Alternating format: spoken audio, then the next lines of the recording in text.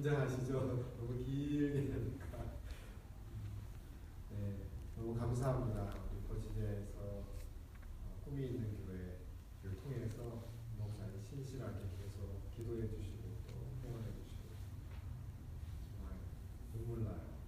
그리고 또 찬양해 주시는 찬양이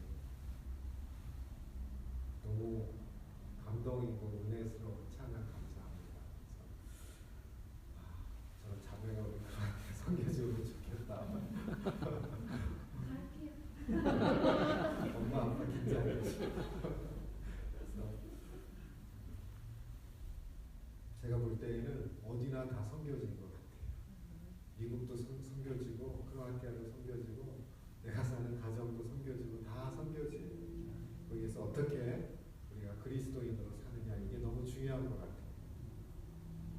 선교지에서 선교사라고 임명받아서 파송받아서 선교지에 갔는데 선교사답지 않게 살고 있는 제 자신을 보면서 회개가 되고 새벽마다 정말 이민생활 바쁘고 힘든데 교회 가셔서 새벽 기도회 때 선교사를 위해서 선교지를 위해서 선교를 위해서 기도해 주시는 그분이 진짜 선교사 같아. 그래서 기도해 주시는 그런 분들 또 여기 5시 반에 새벽 기도회 있으신데 그런 분들을 생각하면은 그냥 내가 죄 짓고 살 수가 없더라고요. 어디나 다 선교예요. 하나님께서는 나중에 우리가 다 하나님 앞에 섰을 때 선교에 동참한 선교사에게 헌신한 모든 분들을 다 축복해 주실 거예요.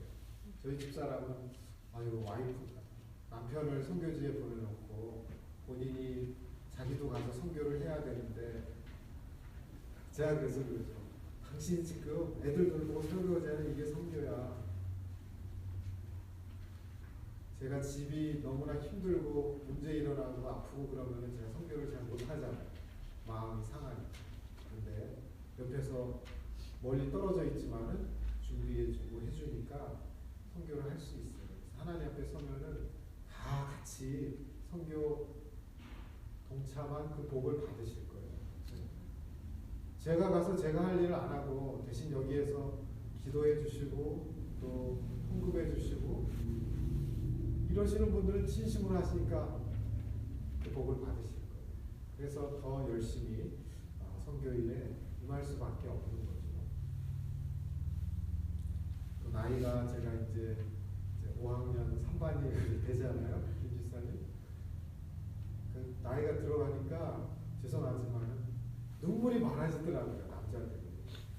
큰애 대학 보내고 시카고에서 올 때 막 눈물이 나는데 이게 멈추질 않는 거예요. 처음으로 아들 녀석 뭐 말도 안 듣고 그러는데 근데 그렇게 돼서 제가 한동안은 눈물이 메말랐는데 이렇게 새를 보고도 눈물이 나요. 또 이렇게 걸어가다가도 눈물이 나요. 이렇게 주님 앞에 설 날이 가까웠다는 증거인 것 같아요. 그래서 오늘 제목을 선교지에서 많은 일들도 있고 또 전해드리고 싶은 많은 메시지들도 있지만은 이렇게 신년 초이고 하니까 내가 그리스도인인데 어떻게 올 한 해를 그리스도인이 먼저지 선교사가 먼저 아니에요. 그리스도인으로 선교지에 있든지 미국에 있든지 어디에 있든지 어떻게 하나님 앞에서 살아갈까 이건 너무나 중요한 질문이 아닌가 생각을 해서 오늘 본문을 생각해 보았습니다. 여러분들이 너무나 잘 아시는 그러한 설교 본문인 줄로 압니다. 한번 본문을 잠깐 살펴보실까요? 안디옥에서 예수님의 제자들이 그리스도인이라 이렇게 칭함을 받습니다. 안디옥에서 새로운 호칭을 받게 되어 있는데요. 한번 19절에 보시면은 제가 오늘 3가지를 말씀을 드리려고 합니다. 본문에 때 스데반의 일로 일어난 환란을 인하여 흩어진 자들이 안디옥까지 온 거예요. 신약 성경에 안디옥이 2군데 있습니다. 지금 말씀하고 있는 데는 수리아 안디옥이에요. 그리고 이제 저 갈라디아 지역에 있는 또 안디옥이 따로 있습니다. 오늘은 예수님의 제자들이 예루살렘에서 막 핍박이 일어나고 스데반이 순교하고 죽으니까 유대인들과 그 제사장들이 더 신이 나가지고 더 많이 그 사울을 앞장 세워가지고 믿는 자들을 붙들어다가 죽이고 감옥에 넣고 채찍질하고 핍박을 하는 거예요. 그러니까 이 사람들이 신앙 때문에 멀리 떨어진 수리아에 있는 안디옥이라는 도시로 갔습니다. 하나님께서는 오늘날 의인 한 명을 찾으십니다. 그런데 그 한 명의 의인이 너무너무 희귀한 거예요. 예를 들면 예레미야서 5장 1절에 보시면은 너희는 예루살렘 거리로 빨리 왕래하며 그 넓은 거리에서 찾아보고 알라. 너희가 만일 공의를 행하며 진리를 구하는 자를 한 사람이라도 찾으면 내가 이 성을 사해 줄 것이다. 지금 하나님께서 예레미야 선지자를 통해서 예루살렘 안에 있는 택한 백성들을 말씀하고 계시는 거예요. 거기에 한 명만 찾아봐라. 한 명 있으면 내가 예루살렘 성을 구원시키고 멸망하지 않겠다. 그런데 그 한 명이 없어요. 한 명이 없어가지고 예루살렘이 결국 바벨론의 함락을 당하게 되는 것이죠. 하나님의 뜻은 너무나 크고 위대하시기 때문에 우리가 이해하기가 때때로 어려울 때가 많이 있습니다. 그런데 그 한 사람 때문에 하나님께서는 그 성을 한 지역의 민족을 구원하시기도 하시는 그러한 분이십니다. 바나바가 사울을 찾으러 갑니다. 다소에 가서 이제 데리고 수리아 안디옥에 와서 많은 무리들을 가르쳤다 했습니다. 그리고 그 많은 무리들이 제자들이었는데 이 제자들을 안디옥에 사는 사람들이 리틀 크라이스트, 작은 그리스도 이러면서 그리스도인이라 칭하게 되었다는 그러한 내용입니다. 마태복음, 마가복음, 누가복음, 요한복음, 사복음을 보시면은 그리스도인이라는 얘기는 한 번도 안 나와요. 그렇죠? 사도행전에 가서 비로소 그리스도인이 딱 2번 나와요. 그리고 베드로후서에 딱 1번. 그래서 전체 신약 성경에서는 크리스찬,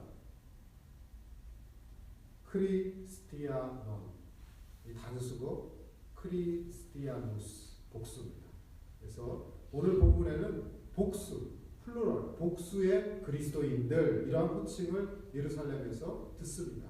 그런데 사도행전 26장 28절에 보시면은 아그리빠가 바울더러 이르되, 아그리빠 왕이죠. 네가 적은 말로 나를 권하여 그리스도인이 되게 하려 하는도다. 그렇습니다. 너가 나를 자꾸 말로 이렇게 유혹해가지고 나를 예수를 따르는 사람으로 만들려 하는구나.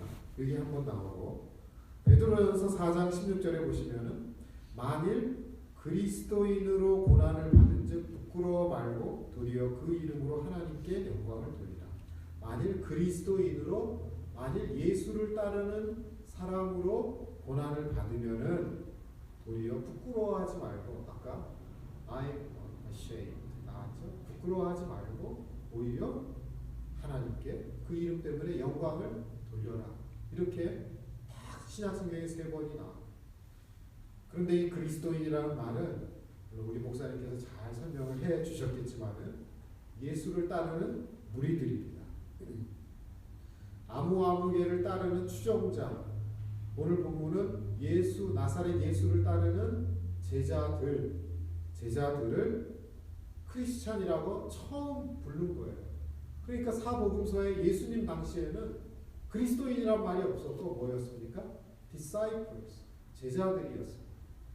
크로아티아 말로 우체닉, 복수는 우체닉지. 이 제자들이었어요. 이 제자들이 열심히 나가서 전도하고 복음을 전하고 예수님을 따르다 보니까 이방인들이 보면서 아이 저 크리스찬, 저 예수 따르는 무리들 이렇게 불렀다는 얘기입니다. 그래서 오늘날에는 종교, 크리스찬 좀 우리는 멋있게 고상하고 좀 급이 있는 사람으로 크리스찬 쓰지만은 옛날에는 크리스찬 그러면은 아휴 저 인간들 이런 표현이었어요. 어떻게 해서 예수님의 제자들이 예수님을 따르는 사람들이 이방 땅에서 그리스도인이라는 칭호를 듣게 되었는지 그 증거를 보면은 첫 번째 오늘 19절에 보시면은 흩어진 자들이 나와 있죠. 때에 스데반의 일로 흩어진 자들이 왜 흩어졌습니까? 한국에서 미국에 또 저 남미에 이민 가시는 분들이 계세요. 아마 그것 때문에 여기 오신 분들이 계실 텐데 왜 오셨습니까? 신앙의 핍박 때문에 오셨습니까? 아니죠.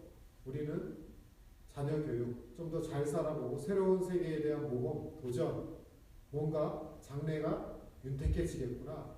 그리고 주위에 보니까 그렇게 살아가고 계시는 거예요. 그래서 우리는 내가 살던 정든 고향을 버려두고 떠납니다. 그런데 오늘 본문에 보시면은 예수님의 제자들은 돈을 벌려고 자기가 살던 곳을 떠나지 않았어요. 자식 교육 때문에 돈을 벌기 위해서 더 잘 살려고 도망간 게 아니고 집을 떠난 게 아니고 그 신앙을 붙들기 위해서 도망간 것입니다.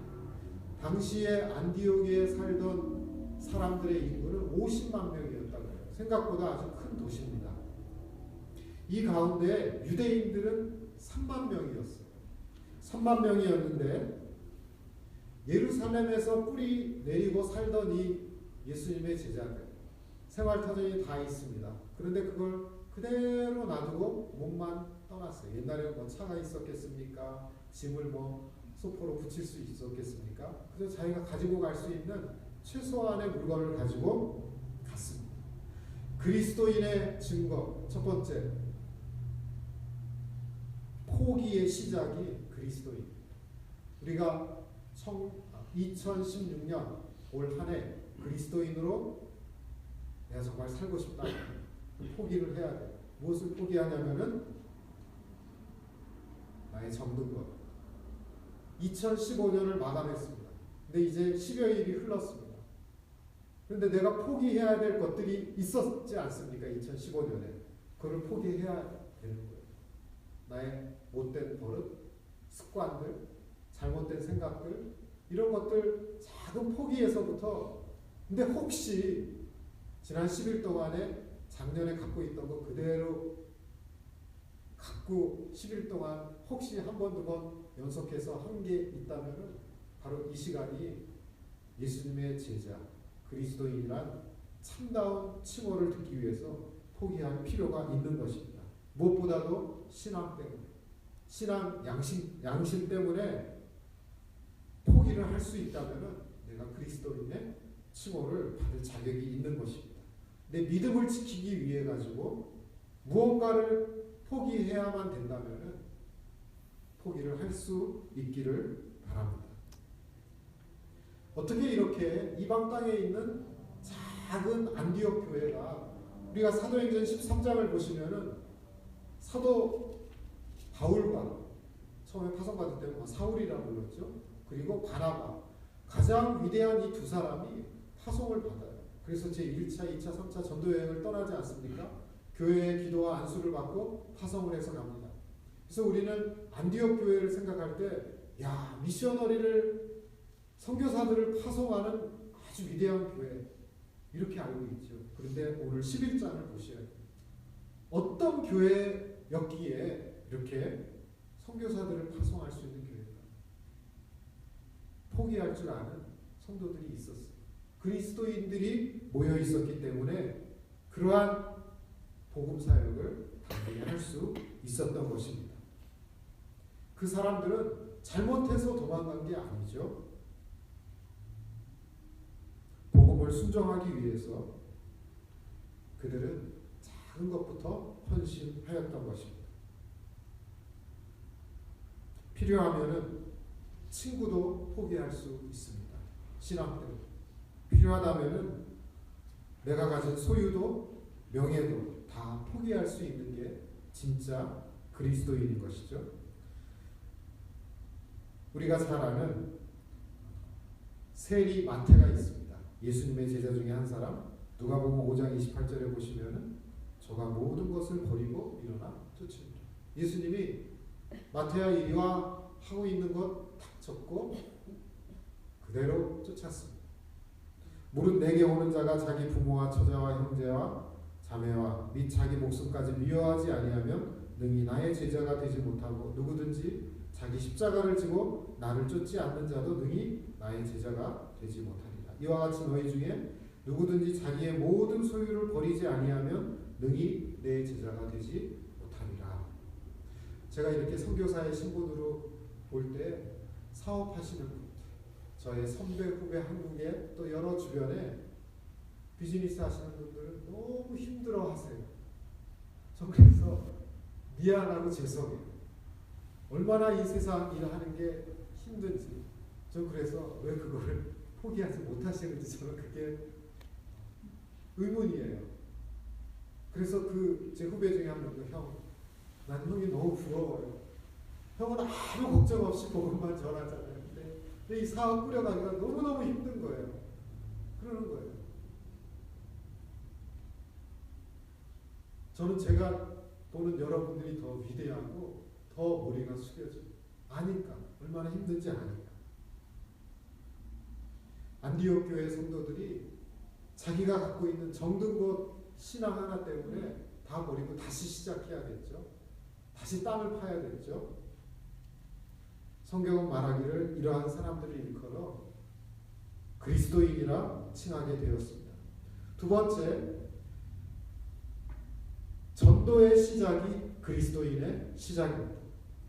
19절에 보시면은 처음에는 이렇게 핍박을 피해가지고 도망간 그리스도인들이, 제자들이 유대인들에게만 복음을 전했어요. 문화적이고 인종적인 그런 장벽을 뛰어넘지 못했어요. 그런데 20절을 보시면은 그 중에 구브로와 구레네 몇 사람이 안디옥에 이르러 헬라인에게도 말하여 주 예수를 전파하니. 핍박을 받아가지고 간 사람들이 자신들이 어찌하여 정든 고향 땅 예루살렘을 피해서 이방에 온 그 목적대로 살고 있는 거예요. 물론 거기에서 생계를 위해서 열심히 일하셔야 됐겠죠. 그럼에도 불구하고 이제는 유대인들에게만이 아니라 언어가 다른 헬라인들에게도, 헬라말을 사용하는 사람들에게도 복음을 증거하였던 것이죠. 그래서 오늘날 우리 이민 사회에서도 교민들 사회에서도 2세들도 있습니다. 중국 사람도 있고 미국 사람도 있고 언어가 영어를 사용하는 사람들도 있습니다. 우리가 그분들도 무시할 수 없는 것입니다. 누구에게나 복음을 전파할 때 사람들이 보면서 아휴, 저 예수를 따르는 무리들, 저 크리스찬들 뭘 보고 알 수 있습니까? 전도할 때 많은 사람들이 우리가 포기하는 것을 보고 그리스도인이라 일컫지만은 전도할 때 더더욱이 그 사람들은 저희를 보면서 크리스찬 이렇게 표현하게 되는 것입니다. 그런데 한번 오늘날 보십시오. 사람들이 그리스도인 칭할 때 고상하고 뭔가 좀 사회적인 지위도 있고 여러 가지 다른 요소들이 복합적으로 들어있는 경우들도 많이 있지 않습니까? 정말 열심히 그로서리 앞에서, 쇼핑몰 앞에서, 또 친구들과 캠퍼스에서, 이웃에게, 가족에게, 친척들에게 복음을, 아유, 저희가 또 우리 친척들 가족 모임에 왔네? 막 그렇게 생각하죠? 그럼에도 불구하고 예수의 이름을 증거하는 자, 크리스찬이라는 칭호를 받는 것을 우리는 결코 두려워할 필요가 없는 것입니다. 이러할 때 어떤 역사가 일어났습니까? 21절에 보시면은 주의 손이 그들과 함께 하셨다 그랬습니다. 예수님을 따르는 제자들이 천국 복음을 증거할 때 주의 손, 헬라어 원어를 보시면은 두나미스라고 되어 있어요. 두나미스가 그들에게 임했다 그랬어요. 두나미스, 다이나마이트 같은 그런 역사들이 막 일어난 거예요. 어떤 권사님 간증을 들어볼 때 이런 말씀을 하십니다. 전도할 때 병이 낫더래요. 전도할 때 가정이 형통하더래요. 전도를 열심히 하니까 이게 일이 풀리더라는 거예요. 전도할 때 하나님께서 신유의 은사도 주시고 병도 고쳐주고 이방 잡신들도 물러가고 전도할 때 회개의 역사도 일어나고 전도할 때 기쁨이 넘치고 즐거움이 넘치고 얼굴에 미소가 일어나게 되는 그러한 역사가 우리 선교지에 또 우리 교회에도 임하여 주시기를 축원합니다. 아멘. 아무에게나 두나미스 주의 손이 임하지 않아요. 주의 말씀대로 순종하고 전도하는 그 무리의 두나미스 다이아마이트가 임하는 거예요. 부족하지만 선교지에서 한 명 한 명을 전도하려고 노력을 하고 있습니다. 이때 좀 다이아마이트처럼 근데 이 유럽 사람들이 너무 강팍한 거예요. 특히 그 발칸 지역 사람들이 이 진짜 100만 불을 줘도 그 사람들은 안 와요. 자기가 싫으면은 자기 생각하고 안 맞으면 우리는 뭐 일단 바꿔보자. 안 그래요. 얼마나 자존심이 센지 몰라요. 그러한 자들에게도 정말 두나미스가 임하여지기를 소망하고 기도하고 있습니다. 하나님은 상대방 그 영혼을 너무나 사랑하기 때문에 그들에게 내 자존심도 정말 짓밟히고 나는 자존심이 없어. 나는 뼈가 없는 사람이야. 나는 그냥 지렁이야. 하고 다가갈 수 있는 그러지 않으면 우리가 어떻게 전도하겠습니까? 내가 그래도 사장님, 내가 그래도 이러이러한 사람인데 나를 무시해?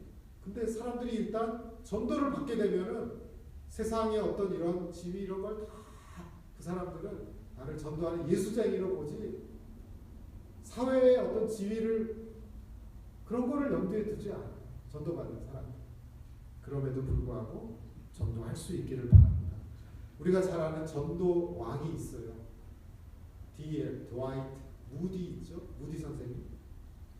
이 사람의 그 기록을 보니까 영어를 너무나 사랑했어요. 초등학교도 제대로 나오지 못했어요. 엘리멘터리도 안 나왔지만은 주님을 만나고 너무나 가슴이 뜨거워가지고 이제 하루는 제가 시카고에 가서 그 교회에 가봤어요. 무디 교회. 근데 그 교회가 있더라고요. 그때 당시 그 교회는 아니었을 것 같은데 목사님한테 무디가 목사님 나 주일학교 선생님이 되게 해주세요. 이 목사님이 딱 보더니 너는 엘리멘터리도 안 나왔고 지금 근데 너한테 줄 반이 없어. 그러니까 아니에요 목사님 나에게 그냥 주일학교 반상 임명반이라도 해주세요. 그러니까 그래? 아직 이제 19살 20살밖에 안 돼. 이 무디에게 그래 너 주일학교 반사로 임명해줄게 했어요. 그러고 나서 이 무디가 열심히 조그만 수첩을 가지고 동네 애들부터 시작해갖고 다 이름을 적는 거예요. 그래갖고 1명, 2명 끌고 오기 시작하는데 전체 주일학교 아이들보다 이 무디가 만든 아무도 없이 만든 그 반이 더 커진 거예요. 주일학교 전체 학생들. 하루는 무디가 이렇게 수첩을 보는데 1명이 안 나와 있는 거야. 자기가 전도 대상자로 적어놓은 이 아이가 안 나와 있는 거야. 집으로 갔어요. 집으로 가니까 없는 거예요. 그래서 얘가 어디 갔나? 놀이터에서 놀고 있어. 놀고 있길래 일어나니까 이 무디를 알아본 이 꼬마애가 와 도망갔대요. 어디로 갔느냐? 집으로 갔어. 집으로 가서 무디 따라갔죠. 따라가서 부모에게 잘 설명을 했다고 그래요. 그러니까 이 아이가 침대 밑으로 도망갔대요. 침대 밑으로 숨어 있는데 기어코 전도해가지고 끌고 오는 그러한 열심을 보였다고 합니다. 수많은 아이들을 전도한 그런 무디 선생을 우리가 익히 알고 있지 않습니까? 우리도 열심을 내서 계속 찾아가야 돼요. 찾아가고 또 찾아가고 또 찾아가야 돼요.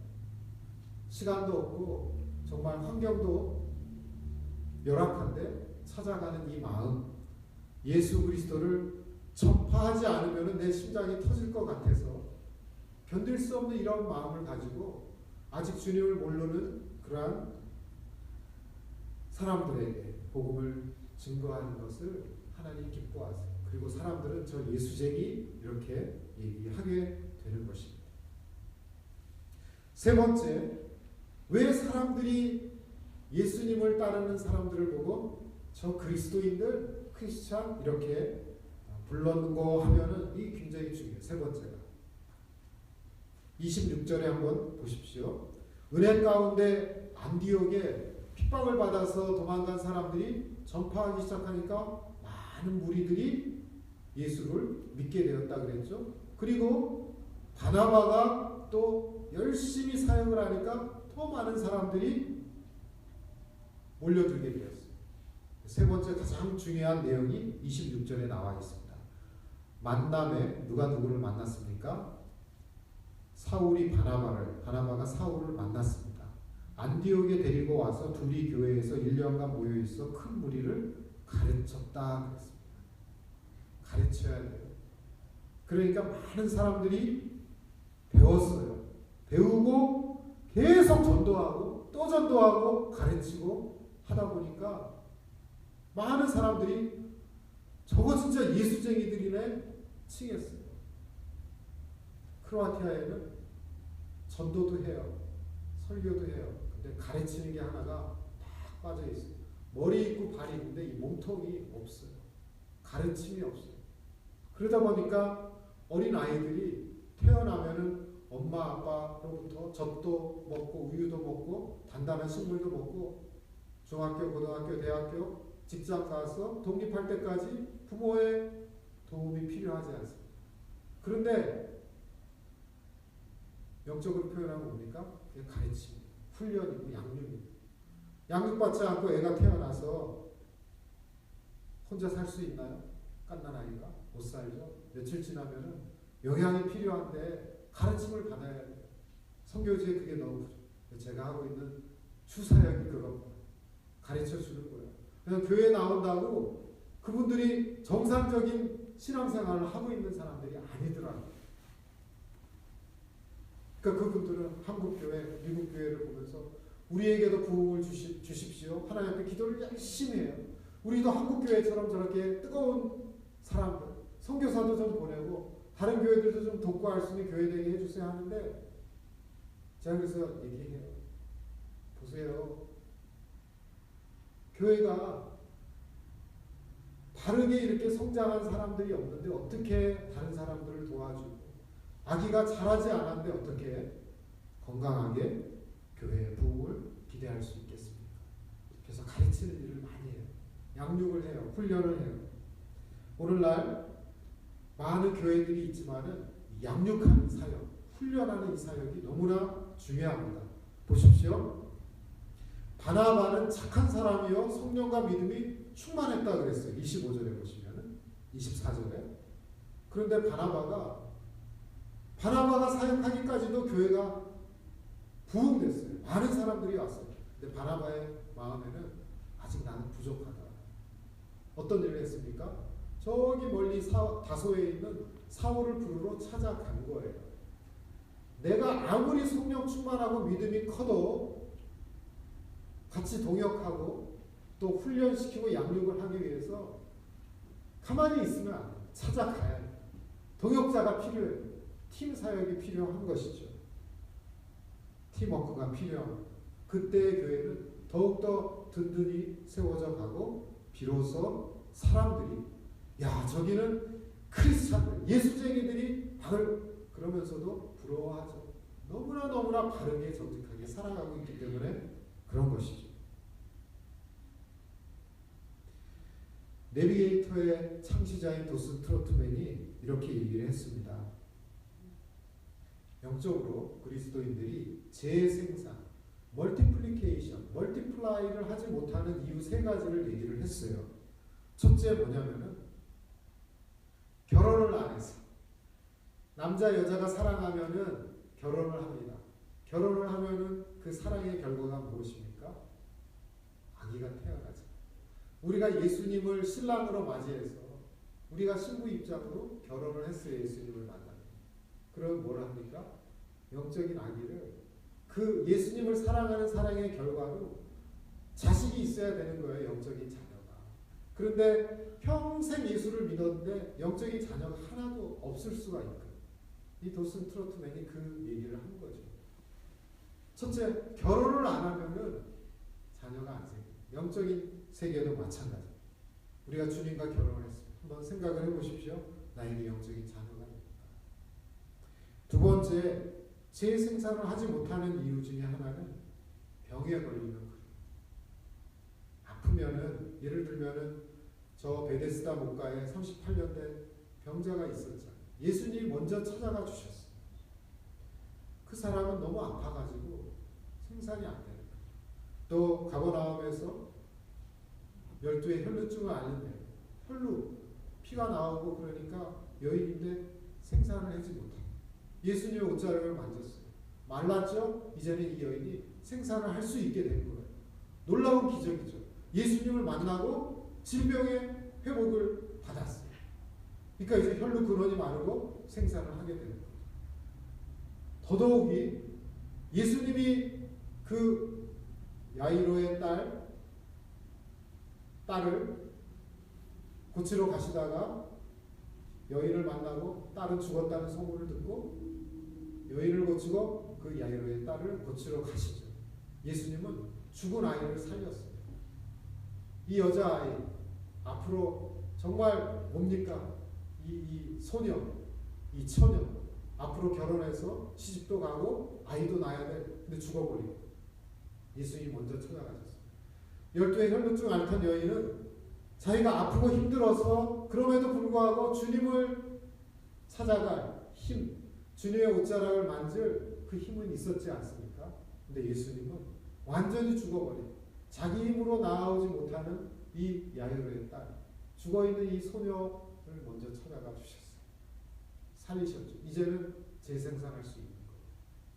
주님께서 우리를 고쳐주신 고침받은 저희들은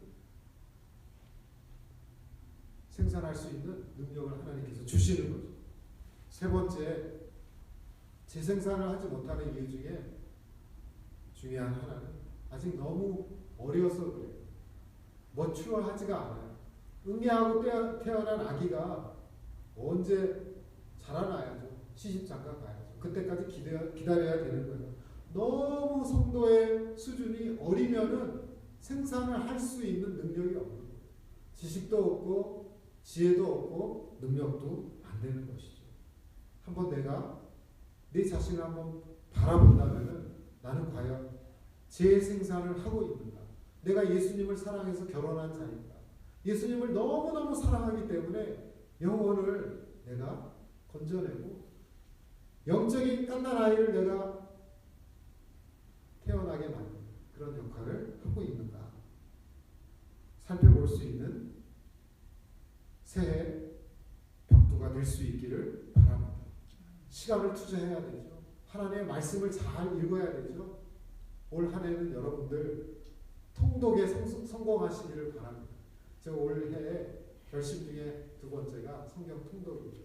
제가 작년에는 고린도 후서까지 읽고 신약을 다 끝내지를 못했어요. 여기 와서 다 읽고 끝내려고 했는데 못했어요. 너무 바빠가지고 집안일이 너무 많아가지고 청소해야지, 고쳐야지, 애들 밥 해줘야지, 빨래해야지. 또 집사람이 막 이거 해라 저거 해라. 너무 피곤해갖고 잠이 들어버리고 성경이 피면 그냥 잠이 너무 피곤해. 새벽 예배 나와야지 너무 힘들었어요. 그래서 제가 작년에는 성공을 못했어요. 근데 올해는 꼭 성경 통독을 해야 될 것 같아요. 전도하고 안 하면은 재생산이 안 돼요.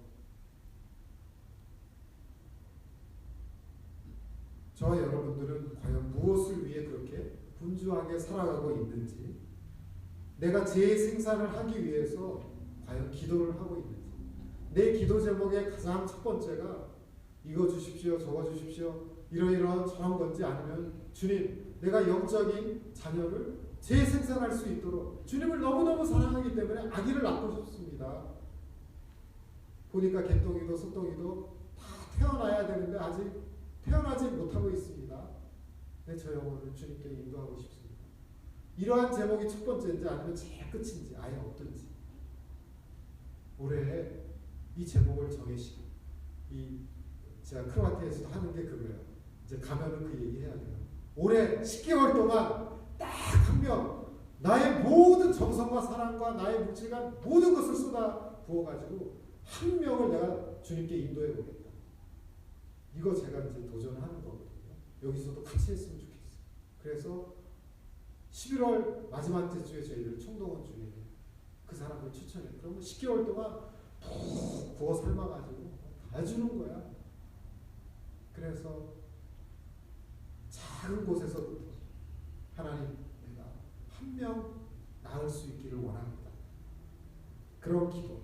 무엇보다도 삶이 변화되기를 원합니다. 이 아이를 키울, 저희는 3명이 있지만 아이들 다 달라요. 한 번에 3명 못 키우고 한 번에 10명, 100명 아이들 양육 못해요. 한 명씩 키워야 되거든요. 생산해서 한 명씩 키워요. 이 일을 올해 주님께서 가장 기뻐하시는 이 일을 저희 여러분들이 할 수 있기를 원합니다. 이게 하나님 아버지의 제일 첫 번째 바람이에요. 그래서 이건 의심의 여지가 없거든요. 하나님, 올 한 해 내가 한 영혼을 살려낼 수 있도록 나를 도우러 사용해 주세요. 이러한 간구를 1월이 지나기 전에 결심을 하실 수 있기를 바랍니다.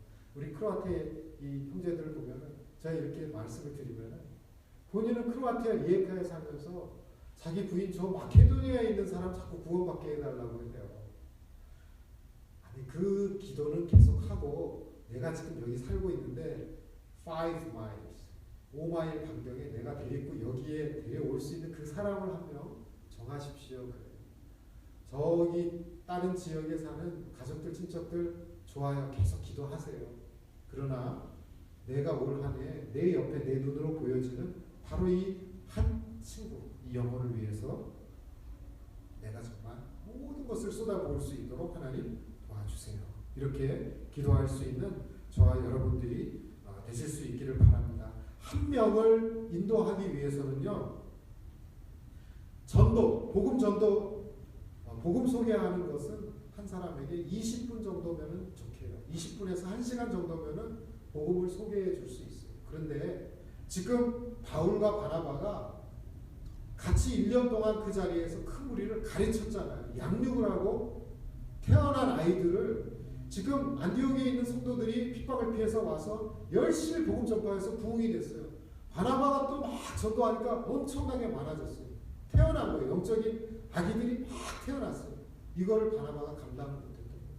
그런데 전도하는 거는 한 번 나가서 외치면은 20분에서 1시간이면은 듣고 마음문 열고 영접해요.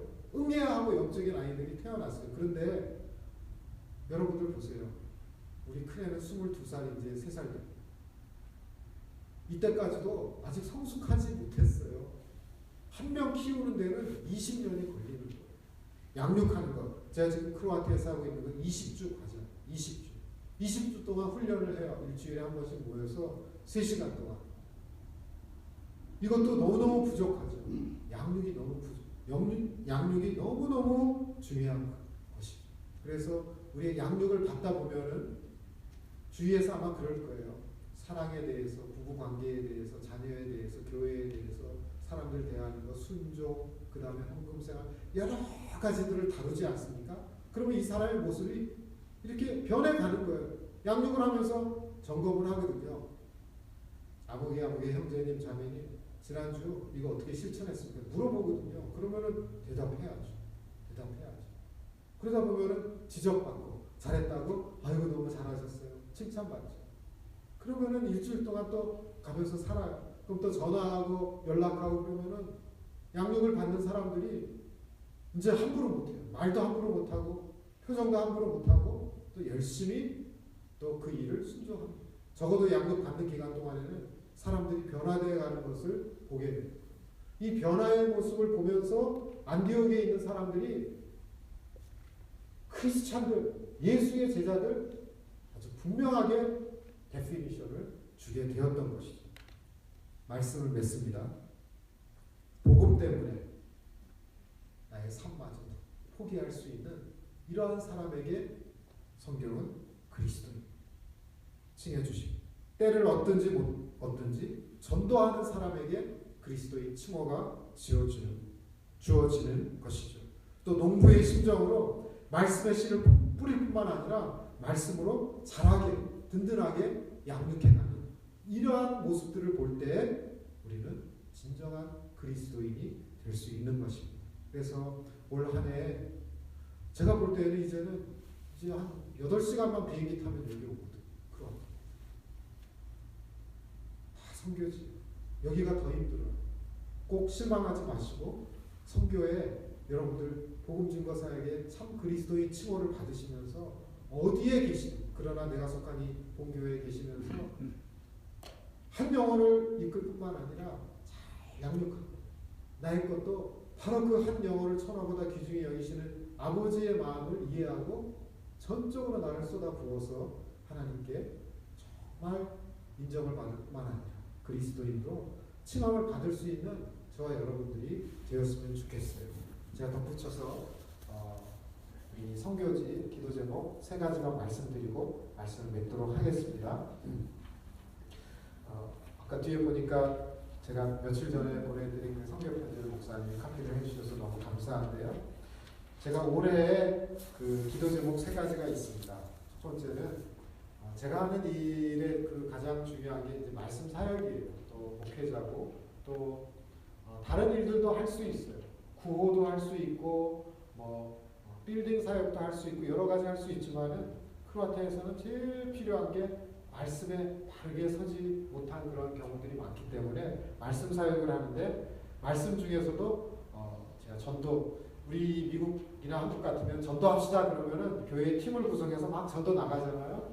근데 크로아티아에서는 그럴 자원이 없어요. 제가 오랜만에 넥타이를 매본 것 같아요. 1년 만에 좀 본 것 같아요. 전도합시다 그러면 제가 나가서 전도하는 거고 양육합시다 그러면 제가 나가서 양육하고 그 다음에 말씀, 노방전도 직접 해야 되는 거예요. 그래서 그냥 누가 하겠지 이러지 않고 말씀, 설교합니다. 주제를 가지고 설교합니다. 드릴 말씀이 많이 있지만은 이 말씀 중에서 양육을 해요. 제가 이제 양육하고 있는 그룹이 있거든요. 이 그룹이 양육 훈련 가운데 참 성령님의 은혜를 받고 체험하고 그 심령이 불타오를 수 있도록 참 제자로 헌신할 수 있기까지 될 수 있도록 이 진행 중인 양육을 위해서 계속 기도해 주시고요. 두 번째는 크로아티아에 보니까 이 자료들이 너무 부족해요. 그래서 제가 이번에 와서 이제 시간 틈틈이 한 게 자료들을 수집하는 거예요. 20주 과정만 하다 보니까 이 팔로우업이 필요하고 또 이제 새신자반 멤버십 그 다음에 이제 양육반이 끝나고 나면 제자훈련 사역반 이런 교재들 자료들이 필요하거든요. 그래서 올해에 좀 몇 가지를 크로아티아 말로 잘 번역을 해서 이렇게 책자가 나와서 교재로 만들기까지 출판하는 것, 이 양육, 전도 이런 소책자들을 방법들을 가르쳐 줄 수 있는 이런 것들을 잘 출판할 수 있기까지 위해서 기도해 주시고요. 세 번째는 제가 올해는 크로아티아에 있다 보니까 여행객들이 많이 와요. 첫 번째는 독일, 유럽에 이게 한국 정부의 공식 기록이에요. 두 번째는 오스트리아, 한국에서 여행을 많이 와요.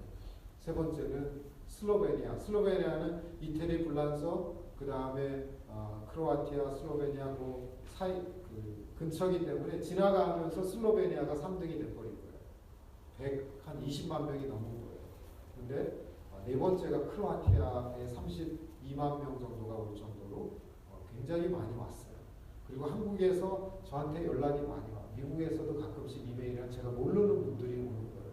그러다 보니까 제 일단 첫 번째 기도는 하나님 응답해 주셨어요. 크로아티아가 한국에 알려지게 됐어요. 그런데 좀 사역을 하고 선교적인 차원에서 보니까 단체를 설립을 해야 되겠다 이런 생각이 하나님이 주시는 거예요. 그래서 올해는 단체를 조그만 거를 만들어서 크로아티아 말도 가르치고 선교 사역자들 또 관심 있는 사람들 오면은 젊은이들에게 가르쳐 줄 수 있는 또 문화를 좀 이렇게 오리엔테이션 할 수 있는 이런 좀 공간이 필요해요.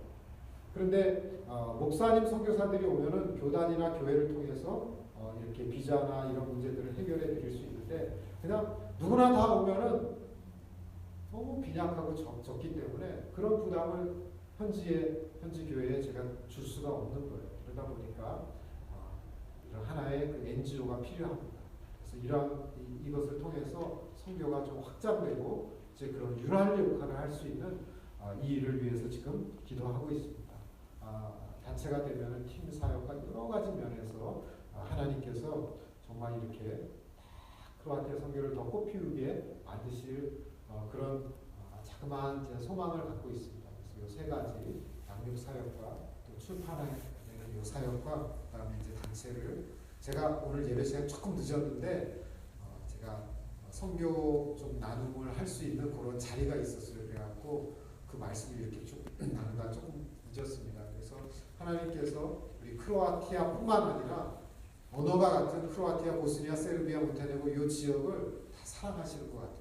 이 지역을 잘 연결해서 유럽에서 가장 복음이 들어가지 않고 한 번도 복음이 들어와서 한 번이라도 지나가지 못한 그냥 형식적인 구교의 전통만 남아있는 이곳에 하나님께서 복음의 귀한 열매를 허락해 주시도록 계속 꿈이 있는 교회에서 목사님이나 여러분들이 기도해 주시고 또 저도 이 교회를 위해서 계속 기도해 드릴 테니까 같이 기도 가운데 교통하고 또 선교지에도 방문해 주시고 사역을 같이 함께 나누시는 저희 여러분들 되실 수 있기를 바랍니다. 하나님 감사합니다. 오늘